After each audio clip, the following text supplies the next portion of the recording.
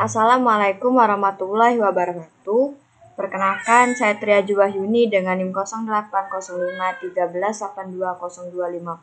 08051382025084 dari kelas B. Di sini saya akan menjelaskan tentang laporan praktikum dasar-dasar akustik dengan judul ekosonder. Pertama ada pengertian ekosonder.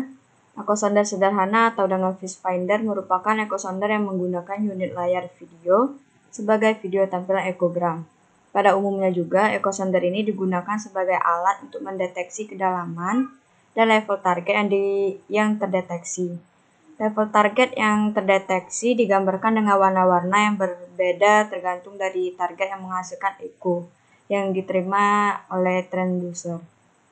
Dengan demikian, dapat diketahui kekuatan pantulan dan variasi dari gerombolan ikan yang ada. Ekosonder ini juga tidak dilengkapi unit untuk media penyimpanan data, sehingga ekogram yang ditampilkan hanya bersifat sementara. Sehingga alat ini juga hanya untuk mencari daerah penangkapan ikan dan mengamati kondisi dasar perairan pada waktu alat tersebut dioperasikan. Selanjutnya ada fungsi dari ekosonder. Kegunaan dasar dari ekosonder yaitu menentukan kedalaman suatu perairan dengan mengirimkan tekanan gelombang dari permukaan ke dasar air dan dicatat waktunya sampai echo kembali dari dasar air. Data tampilan juga dapat dikombinasikan dengan koordinat global berdasarkan sinyal dari satelit GPS yang ada dengan memasang antena GPS jika fitur GPS pada ekosonder ada. Selanjutnya ada macam-macam ekosonder, ada single beam ekosonder, multi beam ekosonder, dual beam ekosonder, dan split beam ekosonder. Pertama saya akan menjelaskan single beam ekosonder dahulu. Single beam ekosonder merupakan alat ukur kedalaman air yang menggunakan pancaran tunggal sebagai pengirim dan pengiriman sinyal gelombang suara. Single beam juga mempunyai komponen alat transceiver pada lambung kapal. Transceiver mengirimkan pulsa akustik dengan frekuensi tertentu yang terkandung dalam beam atau sorot atau pancar, secara langsung menyusuri bawah kolam air. Yang kedua ada multi beam ekosonder, yang merupakan alat untuk menentukan kedalaman air dengan cakupan area dasar laut yang luas. Multi beam ekosonder dalam proses pengukuran identik dengan single beam ekosonder. Perbedaannya ialah dari jumlah beam yang dipancarkan. Yang ketiga ada dual beam ekosonder, merupakan alat untuk menentukan kedalaman air dengan cakupan area dasar laut yang luas. Secara umum, prinsip operasi alat ini berdasarkan pada pancaran pulsa yang dipancarkan secara langsung ke arah dasar laut. Dan setelah itu energi akustik yang dipantulkan kembali dari dasar laut atau seabed. Beberapa pancaran suara secara elektronis terbentuk menggunakan teknik pemrosesan sinyal sehingga diketahui sudut beam.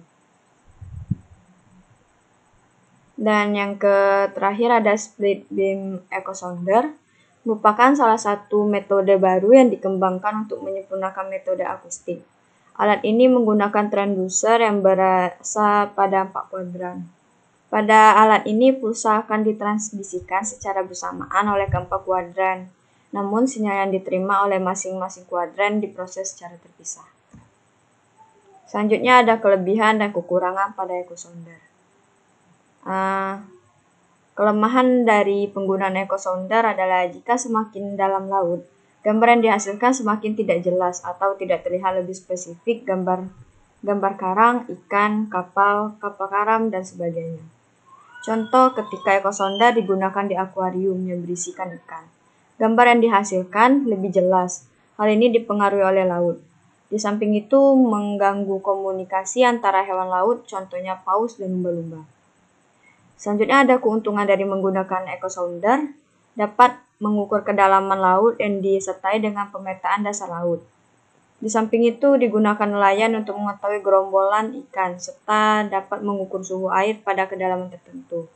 Penggunaan teknologi ini sangat membantu dalam pencarian sumber daya ikan yang baru, sehingga akan mempercepat pengembalian keputusan atau kebijakan, terutama untuk menetapkan daerah penangkapan ikan agar potensi ikan dapat dipertahankan. Selanjutnya ada komponen-komponen echo sounder. Yang pertama ada tim base. Tim base ini berfungsi sebagai penanda pulsa listrik untuk mengaktifkan pemancaran pulsa yang akan dipancarkan oleh transmitter melalui transducer. Yang kedua ada transmitter, berfungsi menghasilkan pulsa yang akan dipancarkan. Yang ketiga ada transducer. Fungsi utama dari transducer ini mengubah energi listrik menjadi energi suara. Ketika suara akan dipancarkan ke medium dan mengubah energi suara menjadi energi listrik ketika echo diterima dari suatu target. Yang keempat ada receiver, berfungsi menerima pulsa dari objek dan display atau record sebagai pencatat hasil echo. Dan yang terakhir ada recorder, yang berfungsi untuk merekam atau menampilkan sinyal echo.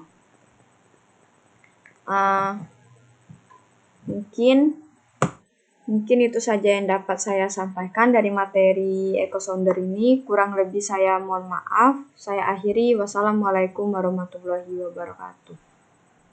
Terima kasih.